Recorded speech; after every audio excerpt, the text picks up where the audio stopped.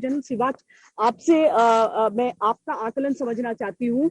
इस समय एक तो रूसी सेनाएं स्टैंड स्टिल लगभग लगता है, जिन जिन सीमाओं पर वो मौजूद रहे, आपको उसमें कितनी रूस की मजबूरी और कितनी रूस की रणनीति दिखती है? क्योंकि वाकई ग्राउंड पर यूक्रेन के फोर्सेस अपनी जान दांव पर लगाकर खड़े हैं और सब अपनी मातृभूमि के लिए लड़ने को तैयार हैं। युद्ध भूमि में चाहे हथियार बहुत जरूरी हो, संख्या बहुत जरूरी हो, लेकिन जज्बा भी बहुत जरूरी होता है। हाँ बिल्कुल बिल्कुल, देखो श्वेता, इसमें कोई शक नहीं कि जो इंस्पायरेशनल लीडरशिप का मुजाहरा किया जेलेंस्की ने, वो भी एक काबिल तारीफ है कि यूक्रेन की जो मेन सिटी है खार्किव और कीव गिरे नहीं। अगर आप ये कहो कि रूस ने बहुत तेजी से आगे बढ़ा है, तो मैं ये पूछूंगा खार्किव जो कि एक ईस्ट यूक्रेन के साथ बिल्कुल मिलता है, डॉनबास के साथ है, आज तक रूस की फौज खार्किव को नहीं ले पाई है। 2 बार उन्होंने क्लेम किया है, मगर उसके बाद यूक्रेन की फौज ने वापस लिया है। जब लड़ाई कीव की आएगी तो मुझे नहीं लगता कि कीव इतनी जल्दी गिरेगा, क्योंकि वहां पर 70 से 75 किलोमीटर का सर्कमफ्रेंस है। इन्होंने एक इंटीग्रेटेड एंटी टैंक डिफेंस बना ली है, इनको 10 से 15 दिन मिल गए हैं। और उसके बाद होगा क्या, जो रूस क्या कर रहा है ट्राई, कि वो किसी तरीके से आइसोलेट करके अंदर बढ़ने की कोशिश करेगा।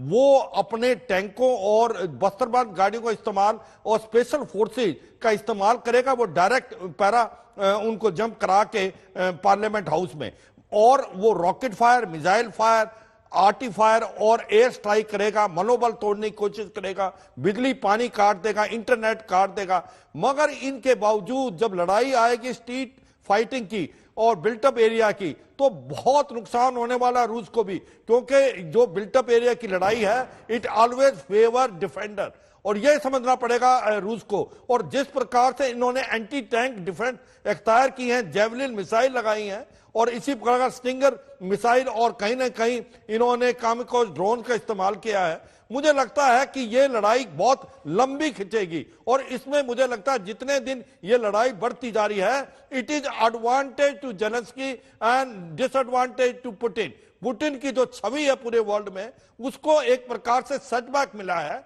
जैसे उन्होंने सोचा था कि हम चंद एक दिनों में पूरे के पूरे रूस को काबू कर लेंगे, वो नहीं हुआ। अब उन्होंने अपनी स्ट्रेटेजी चेंज की है। अब वो वेस्ट यूक्रेन के इलाकों में जा रहे हैं, जो कि बॉर्डर है पोलैंड, हंगरी, रोमानिया। उसकी 2 वजह हो सकती हैं। एक तो कहीं ना कहीं वो नेटो कंट्री पर प्रेशर डाल रहे हैं, दूसरा जो सप्लाई लाइन है, जहां से हथियार और सप्लाई के बाकी चीज आ रहा है, वो रोमानिया से आ रहा है, वो हंगरी से आ रहा है, वो पोलैंड से आ रहा है, वो उसको काटना चाहते हैं।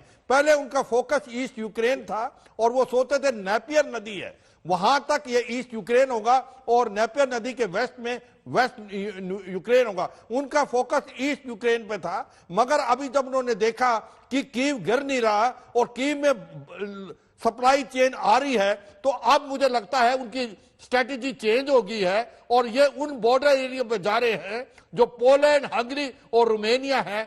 सप्लाई चेन काटना चाहते हैं ये यूक्रेन की वहां से आती हुई, और एक प्रेशर टैक्टिक्स है, ये एक मनोबल को तोड़ने की कोशिश है नेटो की। पर मुझे एक और भी डाउट लगती श्वेता, अगर ऐसे में वो बहुत नजदीक पहुंच गए इन देशों के, और कहीं बम्बार्टमेंट में ये पोलैंड, रोमानिया, हंगरी जैसी कंट्री पे कर लिया, तो ये युद्ध दूसरा मुंह भी मोड़ सकता है, क्योंकि ये सारी कंट्रियां नेटो का हिस्सा हैं। और ऐसे में नेटो फिर के पास कोई चॉइस नहीं है।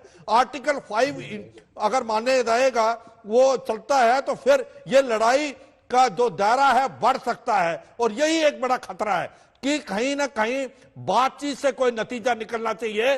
जिस प्रकार से इजराइल जो प्रधानमंत्री हैं वो एक प्रकार से बातचीत कराना चाहते हैं दोनों देशों का, मुझे लगता है अंत में इसका हल डिप्लोमेटिक और पॉलिटिकल सॉल्यूशन निकलेगा, मिलिटरी नहीं।